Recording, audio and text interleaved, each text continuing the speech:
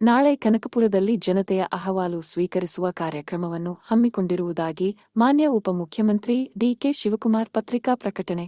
July 27ರಂದು ನಡೆದಿದ್ದ ಪತ್ರಕರ್ತರ ದಿನಾಚರಣೆಯಲ್ಲಿ ಮಾನ್ಯ ಉಪಮುಖ್ಯಮಂತ್ರಿ ಡಿಕೆ ಶಿವಕುಮಾರ್ ಘೋಷಿಸಿದಂತೆ ಪ್ರತಿ ತಿಂಗಳ 2ನೇ ಮತ್ತು 3ನೇ ಶನಿವಾರ ಕನಕಪುರಕ್ಕೆ ಬಂದು ನನ್ನೂರಿನ ಜನರ ಕುಂದುಕೊರತೆ ವಿಚಾರಿಸಿ ಅವರ ಅಹವಾಲು ಸ್ವೀಕರಿಸಿ ಅವರ ಕಷ್ಟ ಸುಖದಲ್ಲಿ ಭಾಗಿಯಾಗುವ ಕಾರ್ಯಕ್ರಮದ ಅಂಗವಾಗಿ ನಾಳೆ ಅಂದರೆ ಆಗಸ್ಟ್ 10ರ ಶನಿವಾರ ಕನಕಪುರದ ಮೈಸೂರು ರಸ್ತೆಯ ವಾಣಿ ಚಿತ್ರಮಂದಿರದ ಬಳಿ ಇರುವ ತಮ್ಮ ಸ್ವಗೃಹ ವೈಟ್ ಹೌಸ್ನಲ್ಲಿ ಬೆಳಗ್ಗೆ 10 ಗಂಟೆಗೆ ಹಾಜರಿದ್ದು ಜನತೆಯ ಕುಂದುಕೊರತೆಯನ್ನು ಆಲಿಸುವುದಾಗಿ ಮಾನ್ಯ ಮುಖ್ಯಮಂತ್ರಿ ಡಿಕೆ ಶಿವಕುಮಾರ್ ತಿಳಿಸಿದ್ದಾರೆ.